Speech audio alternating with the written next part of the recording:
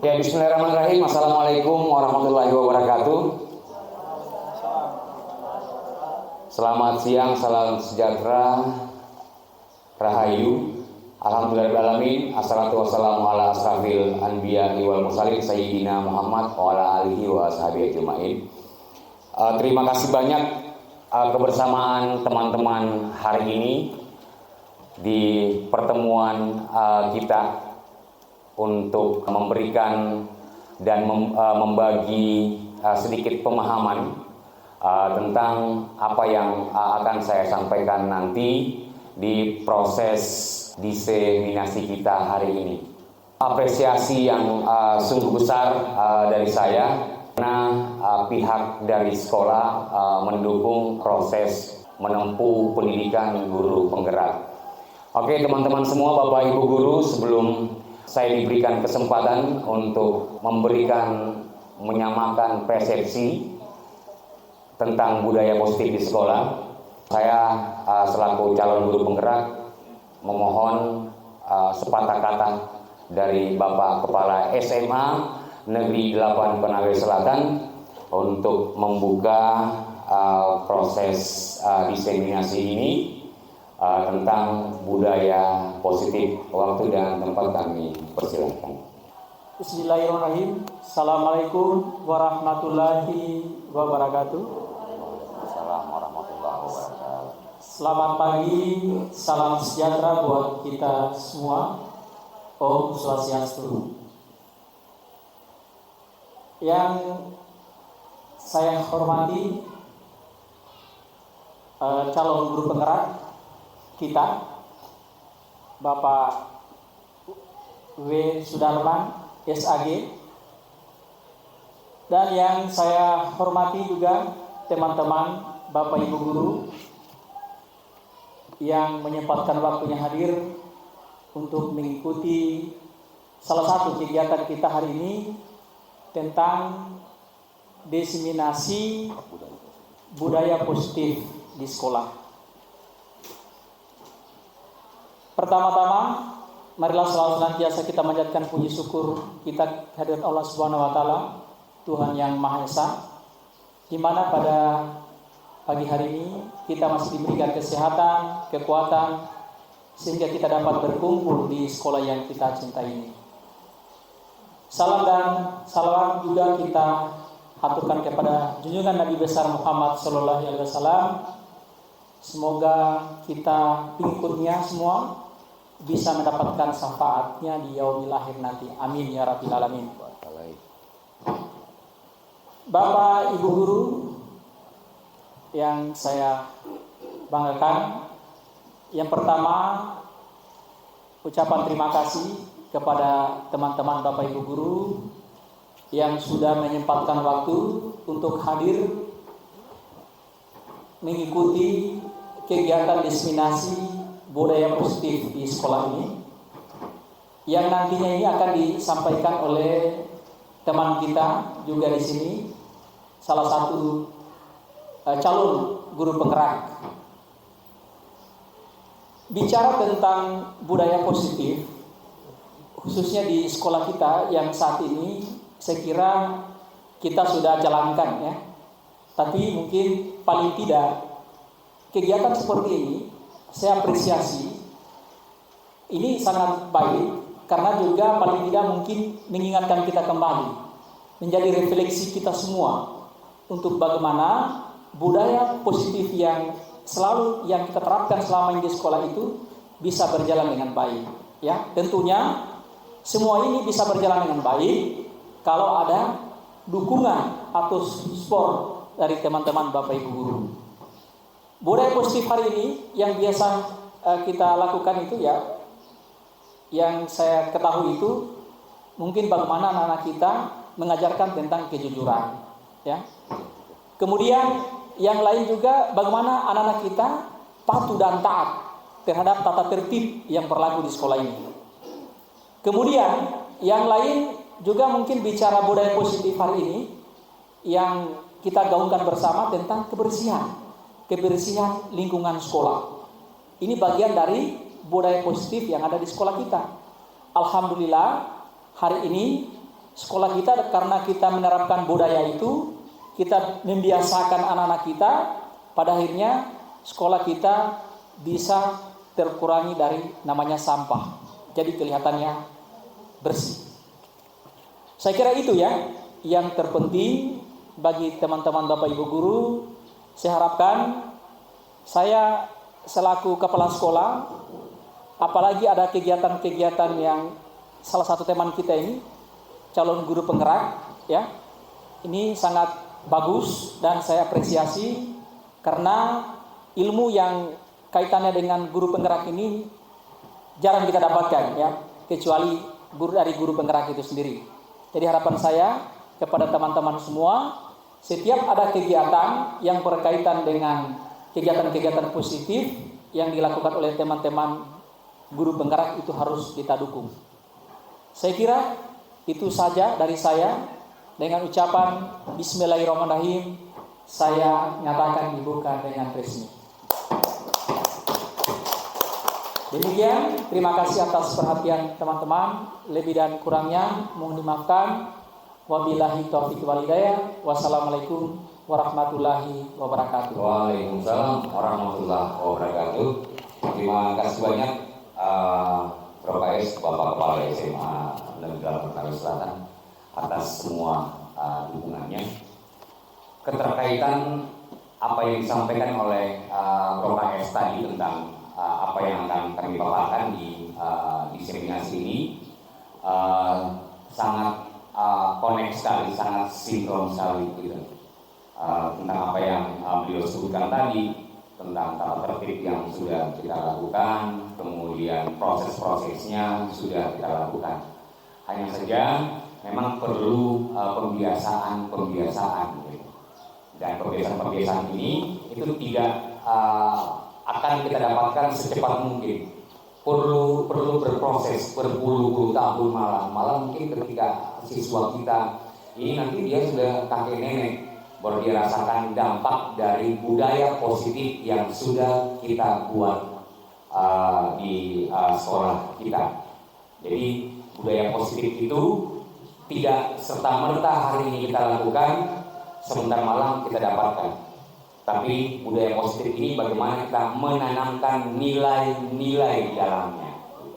Kalau kita masih tetap berproses di tataran peraturan, berarti yang akan kita dapat adalah pasti hukuman dan konsekuensi. Pasti itu. Oke, baik teman-teman semua, kita beri tepuk tangan buat sekolah kita dan diri kita. Lagi-lagi saya berterima kasih banyak buat teman-teman semua yang hari ini sudah memberikan waktunya. Saya minta maaf Bro guys, 2 kali 30 menit, berarti sekitar 60 menit, 1 jam lah. Langsung kita masuk ke materinya, kita bermain-main dulu ya. Jadi kalau saya bilang sekolah, teman-teman berteriak bersenang-senang. Oke. Kalau saya teriak sekolah, kita bersenang-senang. Oke ya. Kalau saya bilang nyamuk, tepuk tangannya 1 kali. Oke ya. Kita coba ya. Nyamuk. Oke. Nyamuk. Sekolah. Bersenang-senang. Oke. Kita saya tambahkan lagi supaya lebih banyak. Karena ibu-ibu kadang senang kalau 3 kali gitu. Kalau 1 agak sedikit ini. Bapak-bapak juga begitu ya. Oke. Kalau saya bilang masyarakat, semuanya tepuk tangan panjang. Gitu. Kalau saya bilang masyarakat. Oke. Kita coba. Masyarakat. Oke. Kalau saya bilang angin, tepuk tangan tapi dilewati. Oke ya. Tidak bunyi. Oke. Angin. Sekolah. Bersenang-senang. Nyamuk. Masyarakat. Oke. Jadi apa yang saya sebutkan tadi teman-teman semua adalah aset-aset di sekolah kita. Kadang kita ke sekolah apa ya, nilai negatif yang ada di kepalanya kita gitu loh. Pikiran yang negatif, sebentar dia itu lagi, sebentar mau rapat lagi, sebentar saya hadapi lagi siswa ini. Ya kan, makanya Ketika saya sedang sekolah, kita di sekolah bersenang-senang gitu. Kemudian masyarakat kita berikan tepuk tangan. Itu maksudnya. Jadi kita tidak pernah lepas dari masyarakat gitu. Begitu juga nyamuk pasti ada yang di sekolah. Jadi kita tepuk satu kali. Tok. Kalau mau enak, tok tok tok. Seperti itu ya. Oke, jadi ingat permainan kita mungkin sebentar saya akan trigger lagi memberikan permainan pemantik ini kalau sudah ada yang mulai agak lucu-lucu ininya perasaannya ya kita angkat lagi. Oke, hari ini perkenankan saya mendampingi membersamai teman-teman untuk memulai topik bahasan kita yakni budaya positif. Dua kata yang tentunya sering kita jumpai dan sering kita lakukan.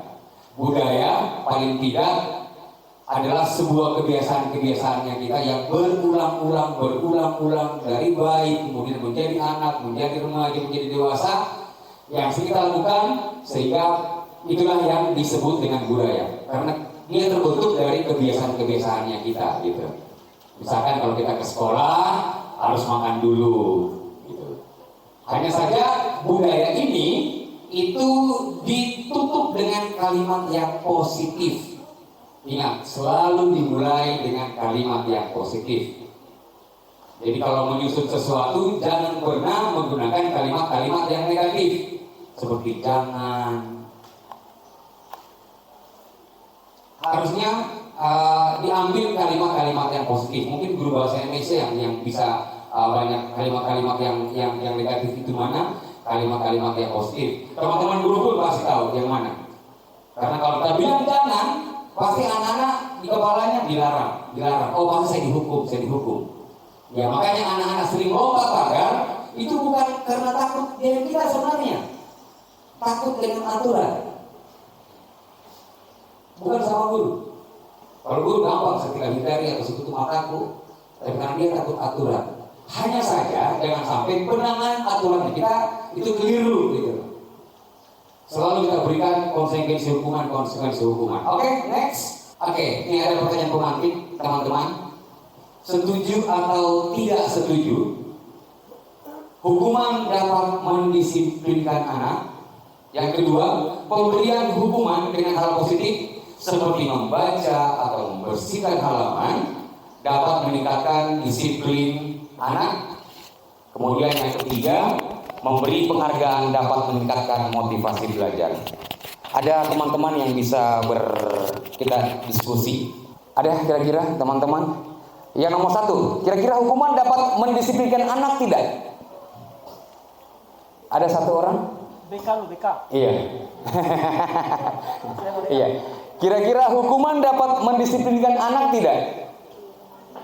Iya. Iya. Iya, alasannya kira-kira, Ibu Jum. Hukuman dapat mendisiplinkan anak kayaknya tidak. Kenapa? Karena terkadang saat ini kita menghukum anak memberikan kedisiplinan, tapi besok anak terulang lagi. Iya, betul. Iya. Jadi kayaknya itu dan seperti yang kita alami di sekolah kita ini turun-temurun seperti itu. Anak yang tersebut yang berkali-kali kita hukum, besok terulang lagi. Besoknya terulang lagi. Jadi kayaknya tidak. Saya tidak setuju. Oh iya, oke. Terima kasih.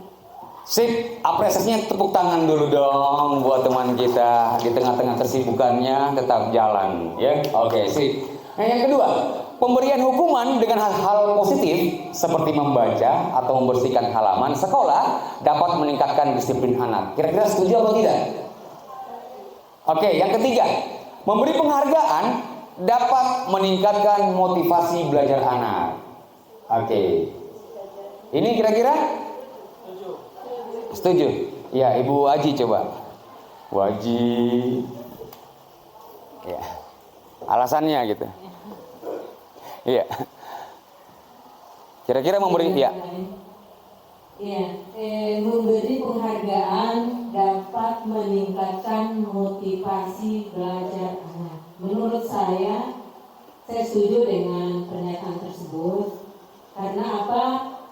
Ya, sekecil apapun kita memberikan apresiasi atau penghargaan bagi seorang anak, maka itu akan menjadi motivasi bagi dirinya untuk semakin meningkatkan Ya, prestasinya seperti itu. Kemudian merasa dihargai. Oke, itu saja. Iya. Apresiasi saya akan memberikan pisang. Silakan Ibu Haji. Iya. Terima kasih. Iya, pisang. Pasti senang ya pisang ya Bu Haji ya. Senang. Senang gitu ya. Oke ya. Inilah pertanyaan pemantik teman-teman semua yang tentunya saya pun selalu dan pernah melakukan ini gitu loh. Berpandangan seperti ini, bahwasanya hukuman itu dapat mendisiplinkan anak. Kemudian pemberian hukuman dengan hal-hal yang positif seperti membaca atau membersihkan halaman sekolah dapat meningkatkan disiplin anak. Saya pun juga selalu begitu. Yang ketiga, memberi penghargaan dapat meningkatkan motivasi bagi anak. Oke, untuk menjawab ini kita menyeberang ke slide berikutnya. Nah, hari ini teman-teman di topik destinasi kita ada 6 topik yang akan kita bahas. Kita upayakan bisa nyampe. Nah, untuk sampai ke titik 6, 2.6 itu ada disiplin positif dan nilai-nilai kebajikan. Kemudian ada teori motivasi sebentar, hukuman dan penghargaan serta restitusi. Juga sebentar ada keyakinan kelas. Sebentar juga kita akan bahas tentang kebutuhan dasar manusia dan dunia berkualitas. Sebentar ada restitusi, 5 posisi kontrol. Kemudian ada juga restitusi tentang segitiga restitusi. Saya kira guru-guru bimbingan konseling pernah mempelajari ini saya kira ya. Bagaimana cara penyelesaian semuanya yang dimulai dari nilai-nilai positif dan nilai-nilai kebajikan universal. Oke, next. Nah, sekarang kita coba kita bermain-main sedikit. Ini ada perubahan paradigma ya. 2 orang lah saling ini kepalan. Nah, Ibu Sumarni sama Ibu Nur. Ada A dan B, Anda dan teman Anda ya. Kemudian sobeklah secarik kertas kecil, tuliskan benda atau sesuatu yang dapat berharga untuk Anda. Kemudian tadi kertasnya Anda genggam, ya, Anda genggam sekuat-kuatnya. Nanti yang B berusaha bagaimana caranya si A ini bisa membuka, ya, membuka genggaman tangannya, ya. Jadi teman B mencoba dengan sekuat tenaga dengan berbagai cara membujuk, mengancam, menghardik, merayu, menyuap apa saja sehingga si A ini bisa membuka kepalan tangannya. Oke, bagus yang besar-besar ininya harapannya maksudnya. Ya, silakan silakan mau membukanya dengan cara membujukkah, mengancamkah, menghardikkah atau merayu gitu. Iya, kita mulai dari proses genggaman tangan. Iya. Iya, terserah lah. Terserah. Mau ditulis, mau dilanjut, ada wasiat mungkin.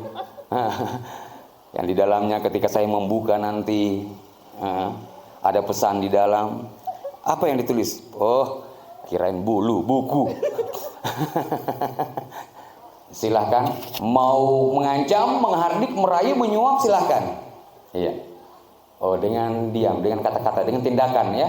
Langsung mau membuka. Oke. Iya. Iya. Oke. 5, 4, 3, 2, 1. Iya. Tadi kenapa tiba-tiba mau membuka? Karena dia sudah berusaha berjuang untuk mendapatkan apa yang saya genggam. Oke, karena dia punya usaha untuk berjuang. Tadi perjuangannya dengan apa? Dengan merayu, menghardik, menghukum, memberitahu kesalahannya atau apa? Memberitahu yang di dalam apa? Caranya tadi yang kita rasa. Kelembutan ya, merayu ya. Merayu dengan. Oh iya, apakah ini? Iya, oke ya. Kita beri tepuk tangan lagi buat teman kita. Ya. Nah, cerita-cerita perubahan paradigma inilah yang akan kita buka sebesar-besarnya, karena inilah nanti yang akan kita banyak lakukan ketika berhadapan dengan murid kita gitu. Pelajaran apa yang bisa kita ambil di sini? Oke, kira-kira pelajaran apa yang bisa kita ambil? Jadi perubahan yang bisa kita ambil tadi teman-teman semua, yang kita yakini, yang kita yakini, jadi antara si A dan si B ini mempunyai posisi kontrol masing-masing. Ya. Siapapun orang tidak mau dia diganggu dia punya keyakinan. Keyakinan untuk berbuat baik, keyakinan untuk bersenang-senang, keyakinan untuk bebas. Jadi si A tidak bisa menjadi kontrol buat si B juga tidak bisa menjadi kontrol kepada si A. Karena masing-masing individu mempunyai kontrol sendiri-sendiri dan keyakinan sendiri-sendiri. Jadi apapun yang kita mau pada saat kita memproses anak, itu tidak akan kita dapat karena anak-anak punya keyakinan semua. Nah, keyakinan inilah nanti akan kita buka sebenarnya. Jadi anak-anak bisa jujur dengan kita. Karena selama ini teman-teman semua, ya saya juga kadang begitu, bahwasanya dalam bayangannya kita ini guru bisa mengontrol siswa gitu. Padahal itu cuma ilusi. Ya, kita selama ini berpikiran, membayangkan bahwasanya kita ini adalah orang yang bisa mengubah karakternya orang gitu. Kemudian bahwasanya kadang kita sebagai orang dewasa, kita beranggapan bahwasanya orang dewasa itu mampu mempengaruhi remaja sama anak-anak. Itu tidak, itu cuma ilusi. Ilusi kontrol semua. Jadi jangan pernah membayangkan kita bisa mengontrol keyakinannya seseorang. Apa yang mereka percaya kita tidak akan pernah bisa, teman-teman semua. Oke? Sekolah bersenang-senang. Ulangi lagi. Nyamuk. Oke, nyamuk. Angin.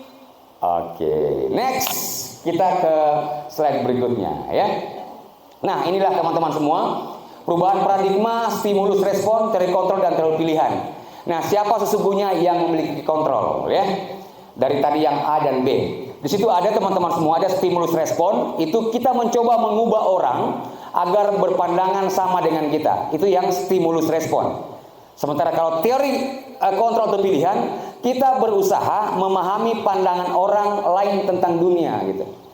Itu ya, posisi stimulus respon sama teori kontrol. Nah, yang kedua, perilaku buruk dilihat sebagai suatu kesalahan. Kalau stimulus respon. Tapi kalau teori kontrol, semua perilaku memiliki tujuan. Kenapa anak-anak kita berbuat begini pasti ada tujuannya. Kalau kita menggunakan teori kontrol. Tapi kalau kita pakai stimulus respon, semua kita lihat kesalahan semua. Panjat pagar kesalahan, kemudian terlambat itu kesalahan, dan mereka harus dihukum. Itu ya. Kemudian saya bisa mengontrol orang lain. Itu stimulus respon. Saya dulu orangnya seperti A, saya bisa dipengaruhi, gampang itu. Kalau dulu saya pengaruhi. Ternyata kalau di teori kontrol itu Anda tidak bisa mengontrol orang lain. Sama tadi seperti proses kepalan tangan. Begitu. Kemudian yang ketiga, model berpikir menang kalah. Kalau kita selalu pakai stimulus respon pasti menang kalah. Tapi kalau teori kontrol yang kita pakai teman-teman semua, model belajar semuanya menang. Selanjutnya, nah ini disiplin positif teman-teman semua. Nah ini, apa makna disiplin teman-teman semua? Makna disiplin saya kira kita sudah tahu semua, tapi kita coba lagi membuka bahwasanya disiplin itu artinya belajar. Ya, jadi makanya kalau anak-anak kita anak-anak kita berbuat salah, atau kemarin kalau di upacara mereka salah kemudian ditertawai, itu sudah salah, ya itu sudah salah ditertawai. Karena apa? Pada dasarnya disiplin itu adalah belajar. Kadang biasa kalau mereka salah kita wali kelas marah-marah, kenapa kamu orang begini tadi begini, harusnya begini gitu loh. Itu yang saya maksud. Kita lupa kata disiplin gitu. Disiplin itu belajar. Dia bisa mendapatkan pelajaran buat dirinya sendiri dan orang lain bisa mengambil pelajaran dari kesalahannya temannya gitu. Jadi makanya walaupun kata disiplin ini kita sudah tahu, saya berani buka lagi, kita buka lagi. Sebenarnya disiplin itu apa sih sebenarnya? Itu belajar. Oke, next. Nah, ini ada nilai-nilai kebajikan universal ya teman-teman. Nilai-nilai kebajikan universal ini teman-teman semua, itu kalau di sekolah dikenal dengan adanya profil belajar Pancasila teman-teman ya. Jadi nilai-nilai kebajikan yang ada di sekolah itulah profil pelajar Pancasila yang ada 6 dimensi: beriman, mandiri, bernalar kritis, kemudian berkebinekaan global, bergotong royong dan kreatif. Ini tujuan kita sebenarnya di sekolah. Nilai-nilai kebajikan universal ini yang akan menjadi pencapaian kita ketika mengaplikasikan budaya positif di sekolah. Oke, next. Kita masuk ke teori motivasi, hukuman, dan penghargaan. Tadi di pertanyaan pertama tadi, pemantik, ada teori motivasi, ada hukuman, dan penghargaan. Apakah 3 pertanyaan tadi di pertanyaan pemantik itu setuju atau tidak setuju? Oke, kita masuk selanjutnya. Nah, ini teman-teman. Teori motivasi perilaku manusia itu ada motivasi eksternal dan ada motivasi internal. Motivasi eksternal untuk menghindari ketidaknyamanan hukuman, apa yang akan terjadi apabila saya tidak melakukannya, gitu ya. Apa yang akan terjadi apabila saya tidak melakukannya, itu ya dari motivasi eksternal itu. Kemudian yang kedua, untuk mendapatkan imbalan dari orang lain, itu tadi yang penghargaan, ya. Siswa kita bekerja, semua dapat penghargaan sebentar. Kalau saya tidak dapatkan penghargaan, saya tidak dibilangi lagi pintar nanti. Kemudian yang tidak mendapatkan penghargaan, dia dihukum oleh penghargaan. Oh, aduh, dia terus. Setidaknya masuk deh, dia terus. Jadi itu disebut penghargaan sebagai hukuman. Hati-hati. Jadi penghargaan itu tidak membuat siswa kita disiplin, tidak membuat siswa kita pintar, tidak. Tetapi akan menjadikan dia siswa yang selalu mengharapkan sesuatu, bekerja dengan baik, dengan mendapatkan imbalan. Kalau ini berlaku terus, siswa kita tidak akan kreatif, ya. Jadi itu. Kemudian motivasi internal untuk menghargai diri sendiri. Saya akan menjadi orang seperti apa dan bila saya melakukannya. Jadi memang motivasi itu dia lahir dari dalam dirinya, intrinsik namanya. Jadi ketika saya melakukan ini, saya akan merasakan yang ini, saya akan mendapatkan yang ini. Bukan karena tekanan guru, masuk cepat nah, selesaikan tugas nah, bukan. Saya kasih nilai besar nah, bukan. Karena penghargaan dan konsekuensi teman-teman, dia sifatnya sementara, hari itu saja. Karena dia dari luar. Tapi kalau dari dalam, itu dia sampai dia kakek, nenek, punya cucu, dia dapatkan nilai-nilai intrinsik itu. Oke, selanjutnya kita masuk. Nah, ini kita punya Bapak Pendidikan Nasional. Merdeka itu artinya tidak hanya terlepas dari perintah, akan tetapi juga cakap buat memerintah dirinya sendiri.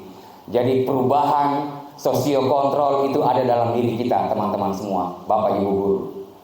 Masing-masing orang, siswa mempunyai posisi kontrol sendiri, kemudian guru juga mempunyai posisi kontrol sendiri. Oke, next. Nah, ini yang dihukum oleh penghargaan.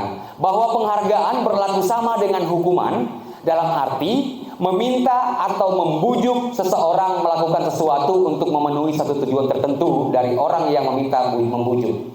Oke, itu ya. Kemudian dorongannya eksternal dan akan ada faktor ketergantungan. Ini pendapatnya bukan pendapatnya Wes Darman, tapi ini pendapatnya seorang ilmuwan Alfikon. Jadi yang namanya hukuman, kemudian penghargaan menurut Alfikon, kemudian itu membuat anak kita menjadi ketergantungan. Karena ada faktor eksternal yang dia ingin penuhi, bukan dari dalam dirinya. Saya ketika baca ini langsung, oh kayaknya saya semua ini. Saya punya anak saya di rumah, nih kerjanya saya berikan sebentar. Kue, nanti saya berikan paket sebentar. Padahal itu cuma memberikan waktu untuk yang sementara, pada saat itu saja. Selanjutnya dia tidak akan berbuat begitu di luar. Dia tidak akan bawa ketika nanti mendidik anaknya, ketika bersosialisasi di luar gitu. Tidak akan. Ya makanya di kurikulum 13 kemarin pun sudah tidak ada juara 1, juara 2, juara 3, sudah tidak ada. Hanya kita yang biasa, ayo sepeda juara. Kasihan, enak yang juara. Yang tidak juara, sama alas saya pergi deh. Mak, jangan kita pergi, Mak. Percuma. Jadi anak-anak tidak, optimisnya anak-anak tidak ada. Tapi kalau tidak ada penghargaan, anak-anak sama-sama, ayo kita kerja sama-sama. Ayo kita kerja sama-sama. Jadi penghargaan kita hilangkan, kita berikan apresiasi. Nanti ada contoh-contoh apresiasi yang bisa kita berikan. Oke, next. Nah, dihukum oleh penghargaan. Penghargaan menurunkan kualitas, kemudian penghargaan mematikan kreativitas, penghargaan mengurangi motivasi intrinsik. Penghargaan menurunkan kualitas, teman-teman, karena siswa kita bekerja sesuatu, dia paksa dirinya untuk jawab cepat untuk dapatkan penghargaan. Tapi ketika kita lihat isinya, amburadul semua di dalam. Dia menjawab cepat. Kemudian penghargaan mematikan kreativitas. Saya kira jelas juga. Saya buat ini saja. Pasti dia kasih saya Pak Guru itu. Saya buat saja ini. Pasti dia buat saya. Padahal anak-anak bisa kita buka gerbang alam bawah sadarnya untuk selalu berkreasi untuk mencapai tujuannya. Oke, next. Nah, ini bentuk program kebajikan apresiasi. Nah, kalau tadi kita bisa berikan hukuman, penghargaan, kasih proses kebajikan ke anak-anak kita dengan memberikan apresiasi. Berikan apresiasi. Caranya bagaimana? Yang pertama, berikan pengakuan secara khusus. Oke, Ibu Madan, mantap sekali. Kamu keren sekali. Tapi jangan fokus, lanjut lagi. Beri pengakuan secara pribadi. Kemudian beri pengakuan semua murid secara bergantian. Lakukan semua, 32 semua. Begitu. Jadi tidak berfokus cuman satu siswa. Kemudian beri pengakuan secara konsisten. Terus menerus kita berikan pengakuan itu apresiasi. Jadi kemudian fokus pada proses. Jadi kalau kita memberikan apresiasi teman-teman semua, fokus pada proses pembelajarannya kita gitu. Jadi 32 orang kita apresiasi. Tidak satu-satu, tidak kayak memberikan, oke, kamu mendapatkan piala gitu satu orang gitu, tidak. Kalau kita sudah siapkan piala satu orang, berarti kita harus kasih piala juga yang lain. Supaya yang lain tidak rendah diri, pesimis gitu. Karena anak-anak di dalam kelas kita itu unik-unik semua berbeda-beda. Gitu. Oke, next. Nah, ini contoh pengakuan apresiasi. Nah, ini cara memberikan pengakuan apresiasi teman-teman. Iya, kalau selama ini, itu kemarin saya perhatikan begini. Rasa empatimu besar, kepedulianmu besar, rasa tanggung jawabmu yang besar, yang itu. Jadi, yang di dalam itu nilai-nilai kebajikan yang kita berikan. Kamu mampu menghormati orang lain, kamu selalu membantu orang lain, begitu. Nilai-nilai kebajikan itu yang kita sampaikan. Jangan bilang, wih kamu pintar sekali karena bisa menjawab ini. Jangan. Karena kasihan anak-anak. Oh berarti saya bodoh karena saya tidak bisa jawab. Gitu. Jadi langsung ke nilai-nilai keyakinan kebajikan. Nanti akan ada semua dia punya ini. Oke, next. Oke, nah ini kira-kira teman-teman. Kasihnya sedikit. Ini kira-kira hukuman atau konsekuensi. Mencatat 100 kali dalam buku. Saya tidak akan terlambat, itu hukuman teman-teman ya. Kemudian lari mengelilingi lapangan, basket 2 kali karena terlambat hadir di sekolah, itu hukuman. Murid diminta untuk push up 15 kali karena tidak menggunakan masker ke sekolah, itu hukuman. Menggantikan kertas tugas teman yang dicoret-coret, itu konsekuensi. Kemudian membersihkan tumpahan air di meja, itu konsekuensi. Murid disuruh untuk tidak mengenakan sepatu seharian, simpan sepatunya yang tidak warna hitam, simpan sepatunya, kemudian kamu jalan, itu hukuman. Kemudian lari mengelilingi lapangan, itu konsekuensi. Jadi kira-kira kesimpulannya hukuman sama konsekuensi itu apa? Kalau dibandingkan ini teman-teman disandingkan, lebih bagus lebih naik konsekuensi daripada hukuman. Yang jelas hukuman itu dia berkesesuaian dengan tata tertibnya kita. Kamu tahu kan di sekolah tata tertibnya ini toh? Iya, kamu terlambat mencatat. Itu hukuman. Kalau konsekuensi itu langsung dilakukan karena dia berbuat sesuatu, karena dia mencoret bukunya temannya, ganti bukunya, begitu. Kamu tumpahkan kopinya Pak Guru, lap. Itu konsekuensi. Jadi yang selama ini kan ini yang kita lakukan, memberikan hukuman atau kita melakukan konsekuensi. Gitu. Oke, next. Oke ya, ini dia perbedaannya konsekuensi dengan hukuman, ya. Nah ini perbedaan hukuman dan konsekuensi. Kalau hukuman sesuatu yang menyakitkan harus terjadi. Kalau konsekuensi, sesuatu harus terjadi. Itu ya. Kemudian membuat anak sakit, fisik maupun hati. Tapi kalau konsekuensi membuat anak merasa tidak nyaman dalam jangka waktu yang pendek, gitulah. Pada saat dia mendongol tuh biasa kalau kita punya suami atau istri, ini juga udah suruh kita kerja tapi kita apa lagi? Iya, mana kenapa kasih banyak garamnya, kasih banyak gulanya supaya gitu. Nah, kemudian anak membenci kedisiplinan. Kalau nanti kalau tiba-tiba dia terlambat lagi, saya malas pergi sekolah. Saya tidak bagus saya punya pakaian, tidak sesuai, saya tidak mau pergi sekolah. Dia akan benci itu kedisiplinan. Kalau konsekuensi, ya, anak akan menghargai disiplin karena langsung otomatis. Kemudian hukuman itu paksaan, tapi kalau konsekuensi dia stimulus tanggapan. Dia kita kasih ini karena apa yang mereka lakukan, gitu. Kemudian mendorong anak untuk menyakiti diri sendiri, konsekuensi mendorong anak agar mudah menyesuaikan diri, konsep diri yang buruk, konsep diri yang baik. Nah, pasti kita lebih banyak menuju ke konsekuensi ya. Untuk sementara di slide ini kita menuju ke banyak ke konsekuensi. Oke, next. Karena ini yang selama ini kita lakukan, hukuman dan konsekuensi. Nah, kita masuk ke restitusi ya. Restitusi ini adalah Bapak Ibu tentang bagaimana menyelesaikan sebuah masalah, bukan hukuman dan bukan konsekuensi. Bagaimana ketika anak kita berbuat masalah, ya, kita bisa mengembalikan posisi mereka di kelompoknya mereka dengan mereka bangga gitu loh. Mereka tidak merasa bersalah. Ini yang disebut dengan restitusi. Proses memberikan jalan keluar, memperbaiki kesalahan mereka, sehingga ketika mereka kembali, mereka mau kembali ke kelompoknya. Semangat untuk berkolaborasi lagi sama-sama teman-temannya. Jadi namanya restitusi. Inilah yang menjadi sesuatu yang kita tebalkan di budaya positif ini. Oke, next.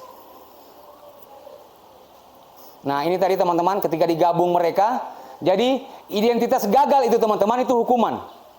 Ingat ya, identitas gagal itu hukuman. Jadi kalau identitas sukses itu ada dua, konsekuensi dan restitusi. Sekarang kita gabungkan antara restitusi sama konsekuensi. Kalau konsekuensi sesuatu yang harus terjadi, tapi restitusi merupakan pilihan. Kamu mau baik atau kamu mau benar, begitu. Kamu mau selamat atau tidak, itu pilihan. Dan dia semua di dalam dirinya kita, ya. Kemudian kalau konsekuensi korban bisa diabaikan, ya. Tapi kalau restitusi, korban mendapatkan ganti. Jadi misalkan begini. Kalau murid, misalkan tadi dia coret-coret, ini tuh dihapus. Tapi kalau restitusi, sini, nanti saya belikan Pak, dia buku baru. Dia gantikan. Itu restitusi. Tetapi bukan paksaan guru, melalui siswa itu sendiri. Dia munculkan nilai-nilai kebajikan dalam dirinya. Tahu teman, video yang saya sebar di grup, yang saya sama Widya, itu proses restitusi. Di dalamnya nanti kita akan bahas. Jadi anak-anak keluar bangga gitu. Saya bisa merasakan kesalahan saya menjadi sebuah kebajikan gitu. Oke, selanjutnya penguatan hanya bertahan dalam jangka waktu pendek. Itu saya bilang tadi, kalau sudah ganti aman nih saya. Saya bisa lagi nanti kasih ganti lagi orang gitu. Tapi kalau ini masalah dia punya restitusi tidak, ya, terpecahkan dalam waktu singkat dan akan menjadi sebuah pembiasaan. Oke, selanjutnya memerlukan monitoring dan supervisi guru. Nah, itu kita lakukan kan teman-teman, pergi ke rumahnya, datang, assalamualaikum, ada bapak, kita monitoring terus, ya. Tapi kalau restitusi tidak, murid belajar bertanggung jawab untuk perilakunya. Dia bertanggung jawab sendiri. Kita tidak usah tidak banyak ke rumahnya lagi mau pergi bersilaturahmi. Karena saya juga pernah didatangi sama guru BK rumah saya. Saya guru tapi saya lain-lain juga. Iya. Ada efek lain-lain begitu. Saya guru yang datang. Dia tidak menggunakan prosedur. Oke, next ya, ini ya gambaran-gambaran nanti ini saya sebar di grup teman-teman supaya kita bisa baca-baca semua. Oke, selanjutnya ini teman-teman ciri-ciri restitusi bukan untuk menebus kesalahan. Untuk guru-guru wali kelas ini ya, wali kelas sama guru mata pelajaran. Kita mulai dari sini, ya. Kita mulai dari sini. Nanti kalau sudah bermasalah kita serahkan ke guru bimbingan konseling. Tapi bagus, mari kita mulai semua dengan menggunakan seperti ini ya. Jadi ciri-cirinya kita sudah melakukan restitusi teman-teman. Ingat, bukan untuk menebus kesalahan siswa kita untuk menebus kesalahannya, tapi untuk belajar dari kesalahan. Kemudian memperbaiki hubungan, kemudian memberikan tawaran, bukan paksaan ke anak-anak. Kamu mau baik? Kemudian restitusi, mencari kebutuhan dasar tindakan. Kamu berbuat ini kenapakah? Saya begini, saya emosi sekali. Oh iya, kok emosi sekali, Di? Kira-kira kamu mau melakukan hal yang besar enggak selain emosi? Oh tidak, Ji, Pak. Wah, itu yang bagus, saya suka sekali kau begitu. Untuk tidak lakukan apa-apa, cuma kau emosi saja. Terus, kenapa kau lakukan ini? Saya lakukan ini, Pak, begini. Nah, kira-kira di keyakinan kelasnya kita, bisakah kita anu-anu orang? Iya, tidak bisa, Pak. Iya, Di. Nah, kira-kira kamu merubah enggak? Iya, sama merubah, Pak. Nah, kira-kira kalau kamu merubah nanti, kira-kira kamu merasa jadi orang seperti apakah kalau kamu berubah nanti? Oh, saya jadi bahkan begini, Pak. Oh, iya, Di. Iya, bagus. Oke, Pak. Sama-sama, nah? Sama-sama jalan. Oke, itu begitu. Begitu. Kita kan selama ini tidak, toh? Selama apa? Kamu terus. Besok kau lagi. Atau begini. Tolong pi kesian. Kita berteman kita. Saya sudah bantu kemarin. Tolong pi kesian. Kerjakan pi ini. Jangan sampai kita kerjakan sedang mereka kepala sekolah. Itu posisi kontrol guru yang membuat rasa bersalah. Gitu. Nanti kita akan bahas lebih lanjut. Kita berada di posisi kontrol yang mana teman-teman semua, ya? Atau saya pernah berbuat apa, ya? Oke, selanjutnya restitusi menuntun untuk melihat ke dalam diri, ya teman-teman. Intristik. Kalau tadi kan kalau hukuman sama konsekuensi, penghargaan itu dari luar kan? Kita termotivasi untuk melakukan sesuatu dari luar. Karena kita dipancing gitu, dipancing untuk itu. Nah, kalau restitusi tidak, ke dalam hatinya anak-anak. Kamu suka kayak begitu terus setiap hari? Tidak suka, Pak. Kira-kira kamu mau berbuat apa? Saya mau masuk lebih cepat lagi. Kalau kamu masuk tepat waktu, kira-kira apa yang kamu rasakan? Saya merasa bangga, Pak. Saya punya orang tua juga, tidak akan marah-marah di rumah. Tidak akan dihubungin lagi sama guru bimbingan konseling. Begitu. Nah, kira-kira kamu bisa lakukan itu? Bisa. Oke ya, besok kita lihat. Dan kita sama-sama. Begitu. Sama-sama jalan. Sama juga biasa begini. Saukum, angkat air. Kita angkat air sama-sama. Pergi angkat air di sana. Bisa teman-teman lakukan begitu. Tapi kita sama-sama di situ. Sama-sama kita angkat air. Jangan kita cuma menyuruh. Itu yang proses restitusi yang kita dampingi anak-anak gitu. Kita biasa, kamu jangan ya. Sini. Bersihkan WC. Kita cuma lihat-lihat begini. Iya, itu nih kau. Siapa suruh toh? Saya bilang memang jangan itu.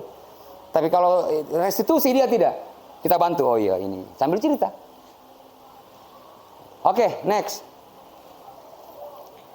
Keyakinan kelas. Nah, bagaimana caranya supaya ini bisa menjadi sebuah budaya positif ketika kita menggunakan posisi kontrol kita, teman-teman semua ya. Nah, nanti kalau bisa keyakinan kelas nanti ini itu sama prosesnya dengan baca doa. Jadi setiap kita mau belajar, kita baca doa. Sama juga, sebentar belajar, anak-anakku sekalian, kita lihat keyakinan kelas kita yang sudah kita susun. Begitu. Jadi anak-anak terbiasa, kita perlihatkan terus. Kalau kemarin kan ini tidak nyampe semua, kesepakatan kelas tidak nyampe karena yang berbuat cuma satu orang, Ji.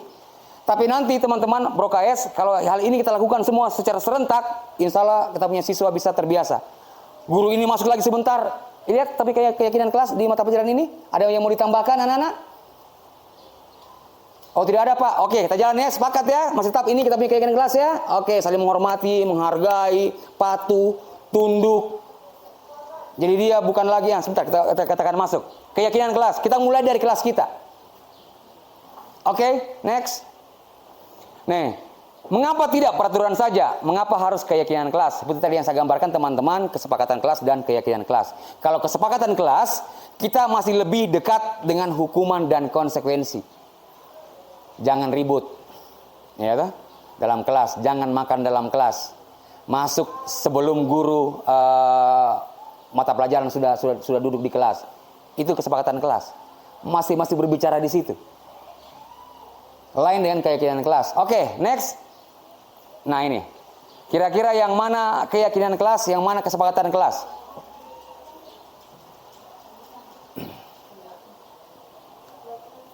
Yang mana? Yang mana keyakinan kelas, yang mana yang kesepakatan kelas? Ayo, yang kiri atau yang kanan? Kipas atau kapas? Kiri Pak Sopir atau kanan Pak Sopir?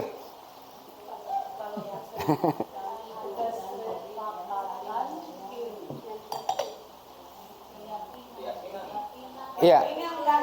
Keyakinan kanan, yang di kiri. Oke, sudah paham. Saya kira sampai sini pasti teman-teman sudah paham. Jadi kalau kesempatan kelas, datang tepat waktu, mengucapkan salam, menjaga kebersihan. Tapi kalau kesempatan kelas, langsung yang dalam dirinya kita. Oke, anak-anakku sekalian, bagaimana? Apakah tadi patuh ini apa? Menjaga kebersihan ini itu termasuk yang mana gitu? Jadi kita langsung ambil yang abstrak. Jadi keyakinan kelas itu teman-teman abstrak dia. Tidak kelihatan. Jadi ingat ya, keyakinan kelas sama kesepakatan kelas. Kalau kesepakatan kelas dia konkret sekali. Tapi kalau kesepakatan keyakinan kelas itu dia abstrak. Dia langsung di dalam dirinya kita. Walaupun tidak disebutkan, oh ketika saya tidak memukul teman saya, berarti saya sudah menyayangi. Ketika saya itu sudah mengerjakan tugas, memberikan tugas tepat waktu kepada guru, berarti semangat belajar saya ada. Next. Nah ini kira-kira teman-teman. Kalau peraturan di tata tertib itu selalu kembalikan buku ke tempatnya, kira-kira apa? Kalau menurut di keyakinan kelas itu apa kira-kira? Budaya apa yang yang pas di situ? Kemudian dilarang mengganggu orang lain itu apa kira-kira? Yang lebih luas, yang proses nilai-nilai kebajikan. Kalau hadir di sekolah kira-kira apa? Dilarang melakukan kekerasan kira-kira apa? Ya, langsung ke jawabannya. Nah ini, kalau selalu kembalikan buku pada tempat itu tanggung jawab. Jadi tulis keyakinan kelas kita, siswa dan guru atau siswa ya saling mempertanggungjawabkan ininya gitu loh. Munculkan nilai tanggung jawab, kemudian dilarang mengganggu orang lain, menghormati orang lain. Jadi nanti kalau keyakinan kelas sudah jangan ditulis lagi dilarang mengganggu orang lain, tapi langsung tulis saling menghormati. Nanti cakupannya. Jadi anak-anak langsung merasakan dampaknya. Kalau saya mengganggu, berarti saya menghormati orang lain. Ini kan positif teman-teman. Ini positif. Jadi kalau kita pakai dilarang mengganggu orang lain, ini kalimatnya kalimat ini negatif. Tapi ketika anak-anak dia ganggu temannya, kemudian dikasih tahu menghormati orang lain, oh iya, bagus sekali menghormati orang lain. Ada di dalam diri saya gitu. Jadi abstrak. Selanjutnya sampai menggunakan narkoba, kesehatan, bergantian atau menunggu giliran, menghormati orang lain, bersabar, gunakan masker tentang kesehatan, jangan berlari di kelas atau di koridor untuk keselamatan dan keamanan. Jadi hilangkan itu dilarang begini, tapi langsung munculkan ini. Supaya anak-anak kita tersimpan di dalam hatinya, karena kalimat menghormati, menyayangi teman-teman itu dalam dirinya kita.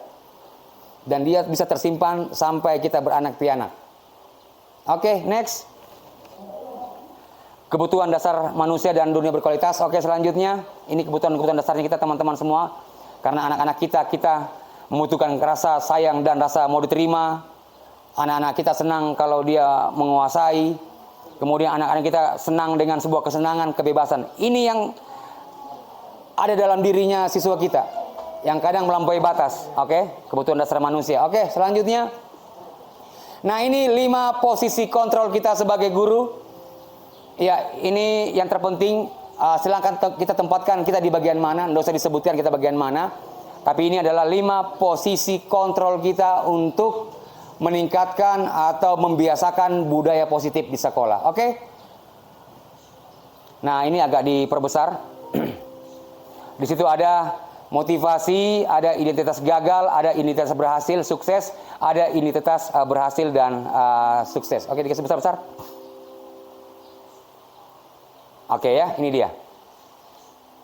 Bisa diperbesar lagi. Kasih besar lagi. Oke. Ini ya. Jadi kita berada di mana?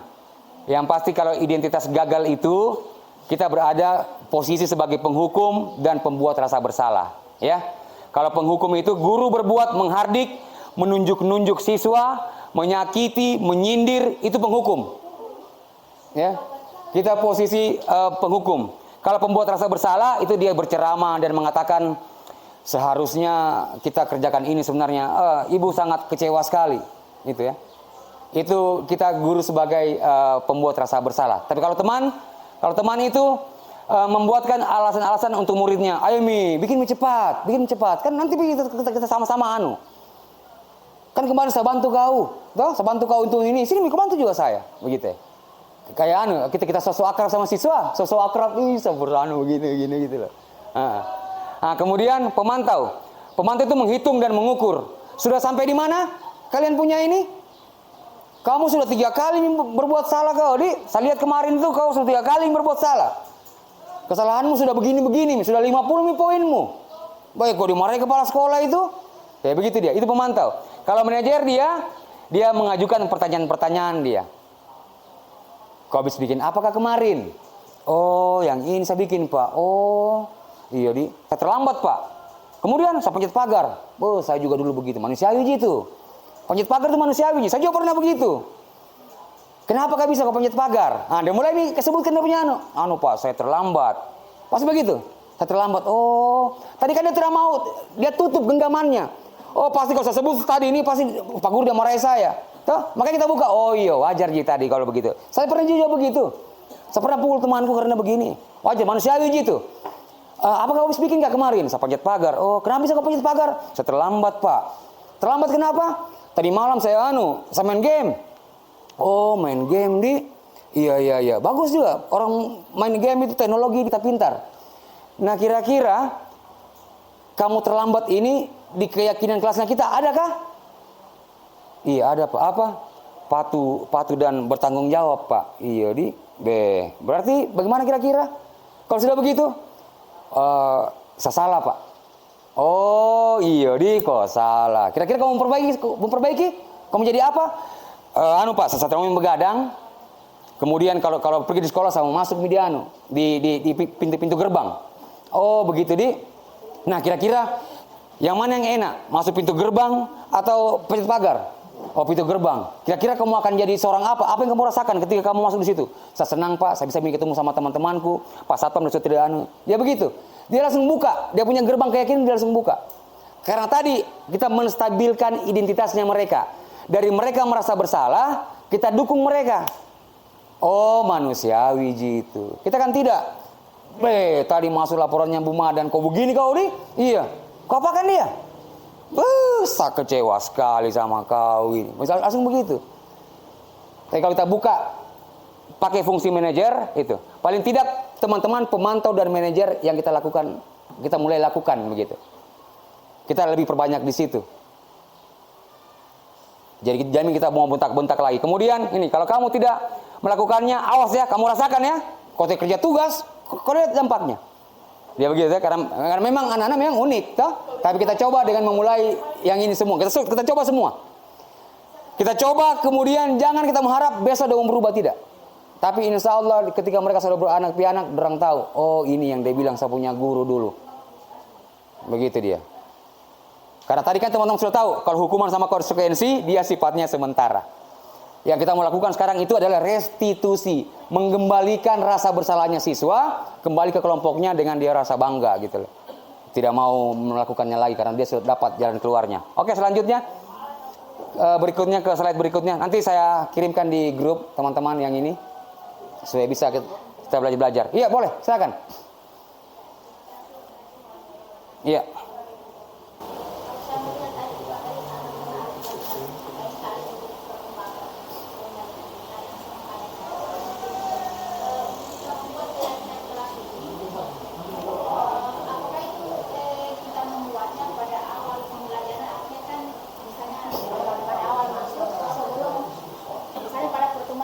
Iya. Itu setelah terjadi keyakinan kelas, kemudian apakah setiap kita masuk mengajar itu harus kita tampilkan dulu? Iya, oke. Terima kasih. Kita beri tepuk tangan dulu. Kita beri tepuk tangan angin. Oke. Iya, betul. Idealnya keyakinan kelas itu dibuat di awal pembelajaran. Iya. Jadi prosesnya di awal pembelajaran kita buat semua. Jadi sebelum kita membuat, kita ajak anak-anak, kira-kira harapannya anak-anak untuk kelas kita itu apa? Udah tulis semua harapan-harapannya, saya ingin begini, saya ingin begitu, saya ingin begini, tulis semua. Sudah tulis, oke, setor ke ibu guru atau bacakan apa harapanmu. Habis buat harapan, yang kamu tidak sukai di sekolah itu apa? Tulis lagi dia. Dikumpulkan semua itu menjadi sebuah kesepakatan, kemudian nanti dirinci menjadi sebuah keyakinan kelas. Itu idealnya. Jadi di awal. Nah, bagusnya ini dibuat oleh wali kelas dan guru mata pelajaran. Kalau kesepakatan kelas kan itu biasa di kepalanya kita, untuk wali kelas yang bikin. Tapi kan ada sebuah keyakinan di masing-masing mata pelajaran yang beda-beda. Jadi lebih bagus kita pressure di kelas, kita pressure juga di mata pelajarannya kita. Yang saya katakan tadi yang pertama, bagusnya itu kalau keyakinan kelas ini dibacakan sama seperti doa. Yang kalau masuk, kita baca doa dulu sebelum kita belajar. Keyakinan kelas pun juga begitu. Kita ingin membuat pondasi sekarang, pondasi. Supaya anak-anak tahu yang mana itu menghormati, yang mana itu bertanggung jawab, yang mana itu disiplin, yang mana itu patuh. Dengan menggunakan kalimat yang positif tadi, yang menghormati, menyayangi, yang itu teman-teman semua. Saya kira teman-teman sudah tahu ini, hanya kan selama ini kita cuma mencoba, tidak manjur bila. Iya memang, untuk berusaha ini teman-teman semua perlu kolaborasi dan memegang waktu yang lama. Ya, peneliti begitu dia bilang, tidak gampang ini, tidak gampang. Tidak seperti membalikan telapak tangan itu, tidak. Tapi dia prosesnya lama. Makanya saya bilang tadi, mungkin nanti kita nenek-nenek baru tahu, saya ingat saya punya guru, udah pernah ajarkan saya tentang begini. Karena perilaku itu teman-teman semua, pasti teman-teman tahu, dia ada di dalam, intrinsik. Ini yang tidak bisa diganggu. Begitu. Oke ya, saya kira seperti itu. Ini pernyataan-pernyataannya. Kalau pernyataan saya kecewa sekali sama kamu. Yang siapa yang mengatakan yang tadi itu penghukum itu kamu tidak pernah benar melakukannya, itu penghukum. Kalau teman, ayo lakukan demi ibu, demi saya, lakukan buat saya. Nah, itu sebagai teman itu. Kalau pemantau, apakah kamu tidak mau mendapatkan stiker bintang hari ini? Itu tuh, kalau pemantau itu. Kemudian kalau penghukum, kamu selalu yang paling terakhir kerjakan tugas misalkan. Kau terus, saya cepat nih, kau lagi nganu begitu. Sering sekali saya begitu saya. Kalau manajer, bagaimana kamu bisa menyelesaikan masalah ini? Jadi, yang pertama itu menstabilkan diri mereka, kemudian memvalidasi mereka punya kesalahan, kemudian meyakinkan mereka. Nah, lebih bagus kalau kita berada di pemantau dan di manajer. Tapi di sini kita hendaknya bergerak ke manajer, teman-teman semua. Ya, oke, selanjutnya. Nah, ini segitiga restitusi, teman-teman. Oke, lanjut. Segitiga restitusi inilah proses yang sudah saya lakukan, teman-teman, di diseminasi ini. Saya sampaikan ke teman-teman semua. Nah, ini yang saya bilang tadi, proses segitiga restitusi inilah yang kita buat, teman-teman, untuk menyelesaikan masalahnya anak-anak kita. Jadi yang pertama itu, kita menstabilkan identitas, yang paling bawah. Menstabilkan identitas, tanya apa mereka punya kesalahan, kita kasihkan penawar, setelah itu kita validasi kebutuhannya, kita validasi kenapa dia berbuat salah. Setelah itu kita arahkan nih ke keyakinan kelas kita, ke peraturan kelas, ke keyakinan sekolah ini apa begitu. Kita arahkan ke situ. Yang nilai-nilai positif tadi, yang menghormati, tunduk, patuh, disiplin, itu. Nah, kalau teman-teman bisa membaca menonton video saya, ya garis besarnya seperti itu, yang video yang saya kirim di grup. Proses video saya itu saya menggunakan segitiga restitusi. Nanti juga di situ ada kalimat-kalimat awal yang harus dimulai ya, sehingga anak-anak dia mau buka gerbang alam bawah sadarnya. Kalau kita tidak mau buka gerbang alam bawah sadar, teman-teman, dengan langsung marah, yang mereka melakukan itu adalah kesalahan, ya insya Allah mereka akan tutup terus, genggam terus, saya tidak mau buka. Biar ke bagaimana Bu Guru, saya tidak mau buka.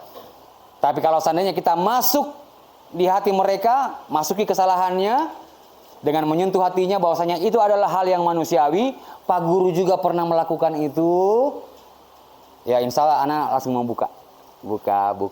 Dia buka. Malah dia sendiri akan keluar dari masalahnya, cari jalan keluarnya. Makanya selalu lakukan refleksi, teman-teman semua. Cara memberikan umpan balik, teman-teman, itu ada 4P namanya yang dilakukan. Yang pertama, tanya anak-anak yang kamu lakukan hari ini itu apa?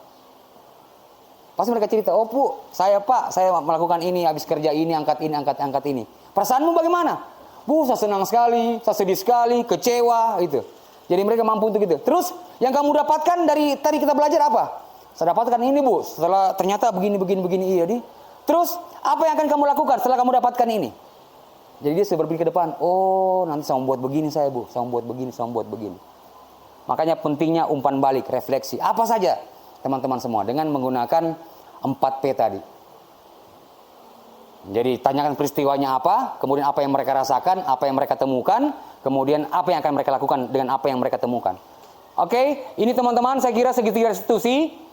Harapannya kita bisa menggunakan proses segitiga restitusi ini untuk memberikan penguatan-penguatan bagi siswa kita yang melakukan kesalahan-kesalahan, di mana restitusi inilah nanti yang tentunya bisa diambil pelajaran buat siswa kita. Mereka yang berbuat salah, mereka yang mengungkapkan kesalahannya, kemudian mereka juga yang mengambil keputusan untuk keluar dari masalah itu. Kita guru cuman mendampingi posisi murid dengan mengambil posisi kontrol manajer. Menanyakan sebuah keyakinannya mereka, yang baik bagaimana, yang baik bagaimana. Ya. Oke, selanjutnya. Nah, menstabilkan identitas ini itu bagaimana kita membuat anak yang merasa gagal atau merasa bersalah, kemudian dia menjadi bernilai positif, ada nilai positif dalam dirinya. Ketakutan itu hilang gitu. Untuk membuka perasaannya tentang apa yang dia lakukan dengan menstabilkan identitas. Kemudian yang kedua itu memvalidasi kebutuhan atau memvalidasi tindakan yang salah. Memvalidasi tindakan yang salah itu kita tanyakan ke anak-anak, apa yang sudah kamu lakukan? Kenapa bisa kau terlambat? Kenapa bisa kau pukuli temanmu? Yang itu. Kita mau validasi. Oh, yang ini. Kira-kira tadi waktu kau pukul temanmu itu di keyakinan kelas ada tidak? Oke, kita ke next. Setelah tadi kita validasi semua teman-teman, kita menanyakan keyakinan yang tadi, aturan-aturan keyakinan kelas yang sudah kita buat. Di pelajaran TIK, informatika, bolehkah begini? Bolehkah mengambil mouse di dalam ruangan, dalam lab? Tidak boleh Pak. Kenapa? Karena posisi alat Pak harus berada di tempatnya. Kira-kira kamu salah enggak di sini? Posisimu dengan keyakinan kelas? Iya Pak, saya melanggar. Oke. Kira-kira bisa dirubah? Bisa. Bagaimana caranya kau rubah? Saya tetap membiarkan Pak, atau saya tidak akan simpan kertas sampah di dalam laci. Saya akan menyimpan di tempat yang sampah, di tempat sampah. Berarti kebersihan, nilai-nilai kebersihan di situ yang diambil. Oke, selanjutnya ini refleksi. Jadi saya minta 4 orang dari teman-teman yang bisa memberikan refleksinya tentang paradigma baru di budaya positif ini. Ya, kami persilakan 1 orang, Ibu Umi. Oh, Ibu Yuli dulu. Iya. Jauh sekali di Mengkendek. Terima kasih atas kesempatan yang diberikan. Pada kesempatan ini saya berterima kasih bahwa saya boleh mengikuti kegiatan ini kepada pembawa materi, bahwa ini membuka pemikiran saya bahwa selama ini apa yang mungkin yang saya lakukan itu mungkin masih kurang sempurna, masih banyaklah yang kurang sempurnanya. Tapi melalui kesempatan ini terbuka wawasan saya dan pemikiran saya bahwa mendidik anak itu memang perlu kesabaran tingkat tinggi. Ya, bahwasanya ada banyak hal yang kita lakukan yang mungkin tidak kurang baiklah untuk pendidikan anak. Ya, seperti yang sudah dicontohkan tadi, jadi maksudnya pada waktu kita memberikan anak hukuman itu juga harus kita terlibat di dalam. Maksudnya apa? Ya, jadi harus kita terlibat. Jadi pada waktu kita menyuruh mengangkat sampah, kita juga harus memberikan keteladanan. Kita ikut juga mengangkat sampah. Ya, jadi mungkin selama ini tidak seperti itu.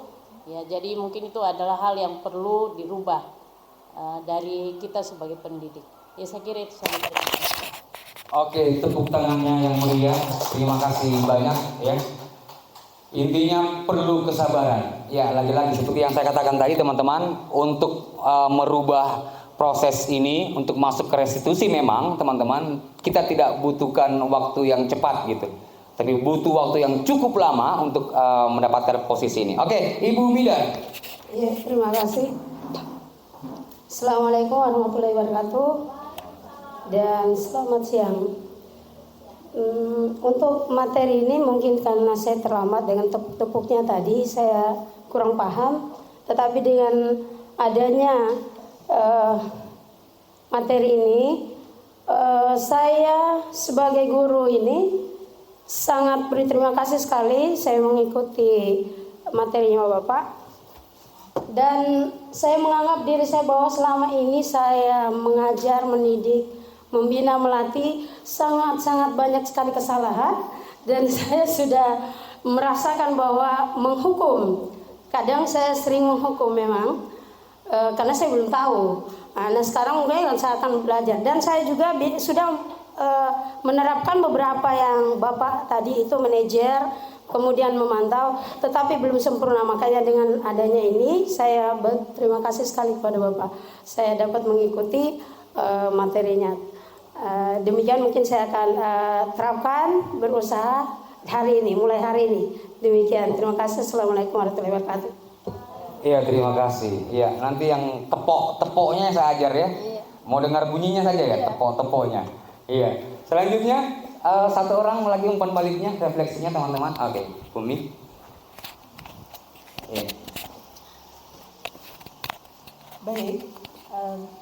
Terima kasih atas kesempatan yang diberikan kepada saya. Assalamualaikum warahmatullahi wabarakatuh. Waalaikumsalam warahmatullahi wabarakatuh. Masih di poin 1 dulu. Untuk saya,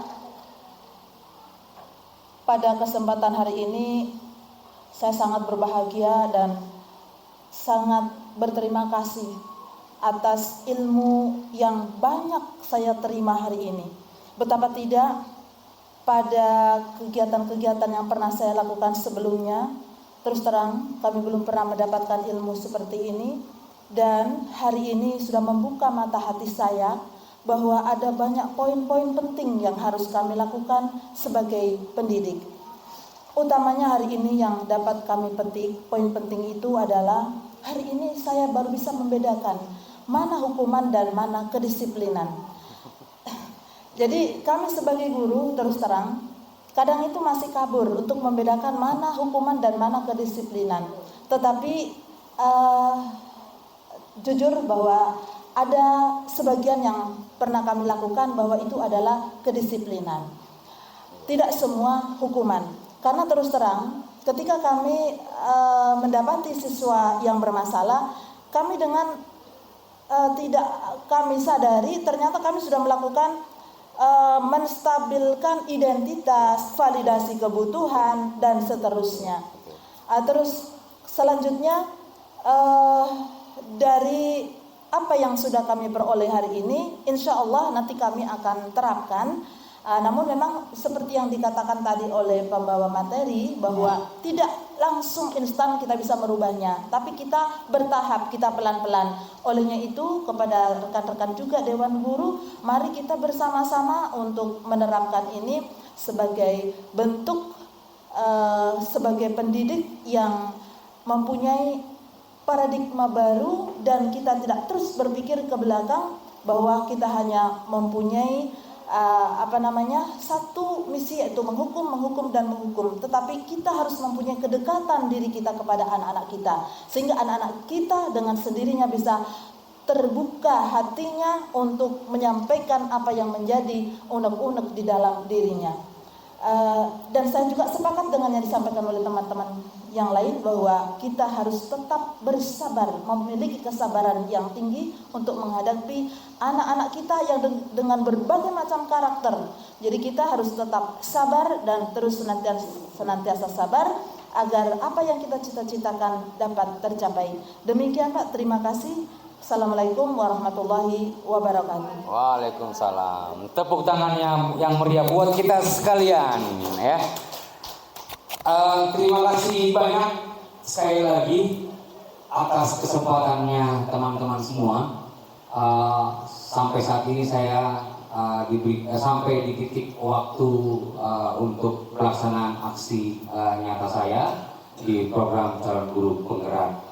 Dari apa yang telah teman-teman semua sampaikan di umpan balik, refleksinya hari ini sama seperti apa yang saya rasakan ketika awal menerima materi budaya positif ini. Ya. Alasan refleksi saya itu semua saya tidak lakukan mulai dari satu sampai yang terakhir. Ya.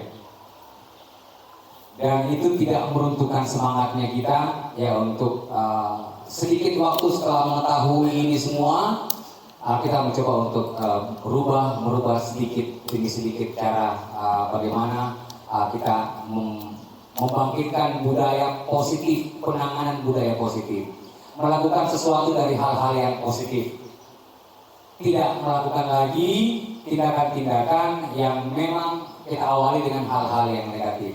Untuk mendapatkan yang positif, mari kita mulai dengan membiasakan hal-hal yang positif. Ya. Anak-anak kita di kelas sana, Bapak Ibu guru mempunyai kodrat dan potensi masing-masing, mempunyai keunikan masing-masing.